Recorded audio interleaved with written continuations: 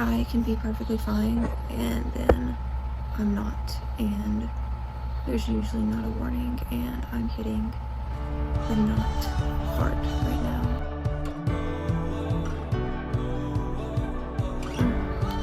We got done eating and are back at the hotel. We've got about 3 hours before we've got to leave to do our next set of tests, which is all the CT and the scans. One of the things that really sucks about what we're going through, or just the cancer battle in general right now, I can be perfectly fine and then I'm not, and there's usually not a warning, and I'm hitting the not part right now. I'm really dizzy, I'm really lightheaded, I'm really weak. Darrin right now is having to like help me to and from the bathroom and get into bed. And so it comes on really random. I'm fine, and then I am just not. So I don't know what Darrin just did. Stop the phone from dropping onto your face. Oh, thank you. You're welcome. I'm gonna try to take a nap. But honestly, I really hate that I can't even guarantee to be able to make it through an entire day. Because like I said, I mean, I'll be fine, and then I'm not, and it's really annoying. So I'm gonna try to take a nap, and hopefully when I wake up I'll feel better and I'll be able to make it through the last set of tests. I'm in quite a bit of pain right now despite taking my pain meds recently. I think it's just from them having to poke so much on all the areas that like hurt really, really bad. So anyways, I'm gonna sleep. So nasty. I don't even like Sprite. Alright, so we are at our last scan of the day. It's my CT scan. So I have to drink a giant Sprite, which I don't even like Sprite. But I know for sure that we have 30 minutes before they call me back to do any kind of like IV, like inserting my IV. And so I'm gonna go ahead and do my devotional, because we always bring like a lot of like devotional stuff to do with us while we're waiting around, because there's usually a lot of waiting. Unlike today, it was actually really fast today. And Darrin's even doing his devotional. So I've got to drink all of this Sprite in 30 minutes. And you don't drink fast anyway. Yeah, I don't drink fast anyway, so this is always a challenge for me. Oh! Down on the coast. You ready? Yep, just go for it.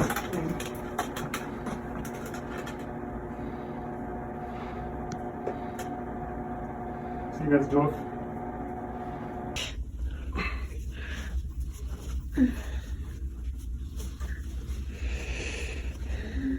It's on my lap.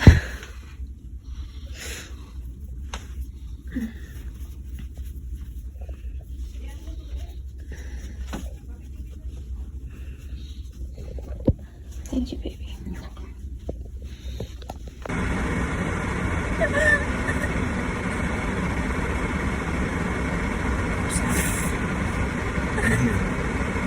I'm right here.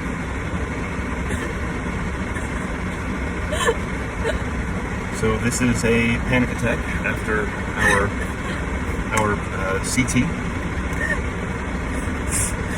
compounded by asthma issues apparently.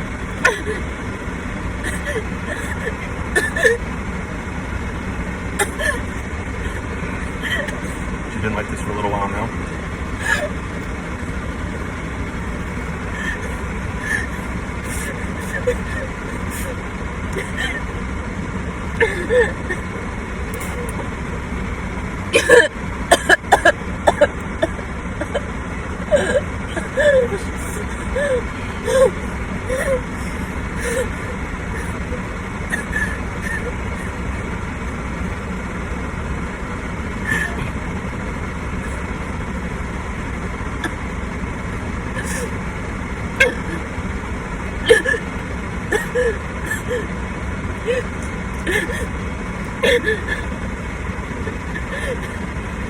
Say hello.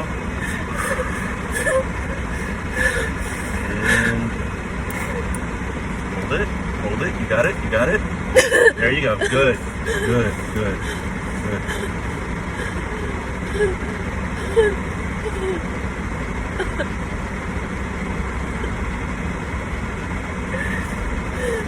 So we were leaving a restaurant. We were leaving MEA, and we couldn't find a restaurant that's open. So we got out so late, and it triggered panic, and a lot of other things built up. And I don't know why I'm recording this, but she's making me do it. So maybe we don't need to record this.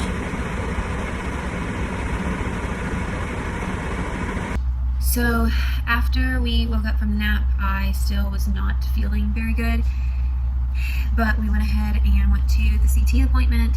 I was already suffering from just being like really weak and just feeling off, and we went to the CT, and they had trouble sticking my vein and had to use a bunch of like special equipment to try to find the veins in my arms, and it took them several pokes, several attempts of them literally like digging and moving the needle inside of my vein.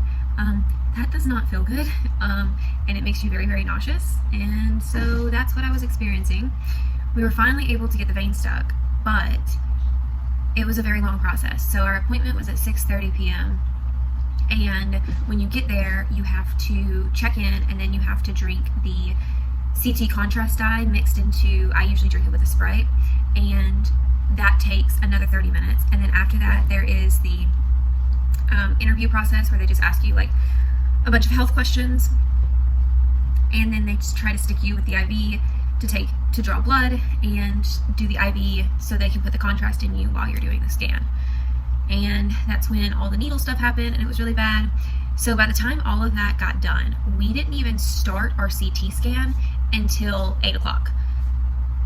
Actually, it was probably closer to 8:30. Yeah, so we didn't even start the CT scan until 8:30.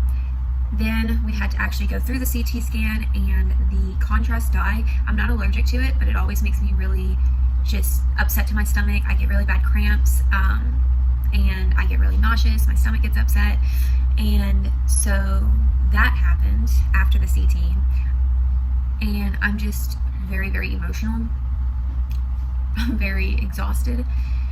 And in combination of everything, as we were driving home, or back to our hotel rather, things just like escalated around me really quickly, between us having to reroute our GPS, there not being any food places open at all, not even fast food places were open, and so I was starving, but I couldn't get anything to eat, and the GPS kept rerouting us. The roads were really, really bad and were like extremely bumpy because they were doing construction, and so it was making me nauseous. There was a lot of traffic and people who didn't know how to drive, and so Darrin was having to slam on his brakes a lot. So I'm jerking back and forth, the car's rattling back and forth. I'm starving, but I've got a migraine at this point because of the CT and not eating. I'm cramping, the tumor is hurting, my back is hurting, I'm in so much pain. And then I realize that I haven't taken my meds, and so I try to find my meds, but I can't get all of my meds. And then we discovered that we're not supposed to be taking some of the meds that we thought we were, and it's just all these things are happening all at once. And then I start feeling really claustrophobic, and the cancer bag is starting to fall on top of me, and I get a hot flash, and I literally go into a panic attack. I tried to stop it. I was praying the whole time. I was trying to breathe. I was trying to calm myself down, but the anxiety would not calm down. Everything just escalated so quickly that luckily I was able to get Darrin's attention and make him pull over at a HEB, H-E-B. I don't know how you say that. We don't have those in Mississippi. Whatever that pharmacy, Whole Foods place is. I was able to get him to pull over there before the full-blown panic attack hit and the anxiety attack, and it just, I was sitting in that parking lot and I couldn't breathe, and it was a lot. And when it was done, I remember crying to God, and I just want to know why. Like, why does this have to be our story? Why do we have to go through this? Why does it have to be cancer? Why does it have to be all of these things? And know if I will ever get the answer to that, but I do know that even if I never get to know why, he still provides comfort. And as I was calming down from the anxiety attack and I was praying, I could also feel God's comfort, which is really weird. It was like there was this moment of clarity, and I was still really emotional. I cried to Darrin about how amazing of a husband he is, because he walked me through the store and we were able to get me something to eat, and he was really patient with me. And so I was super emotional about that. It's been a really, really long night, and to be quite frank, we're not okay. We're both exhausted and physically hurting.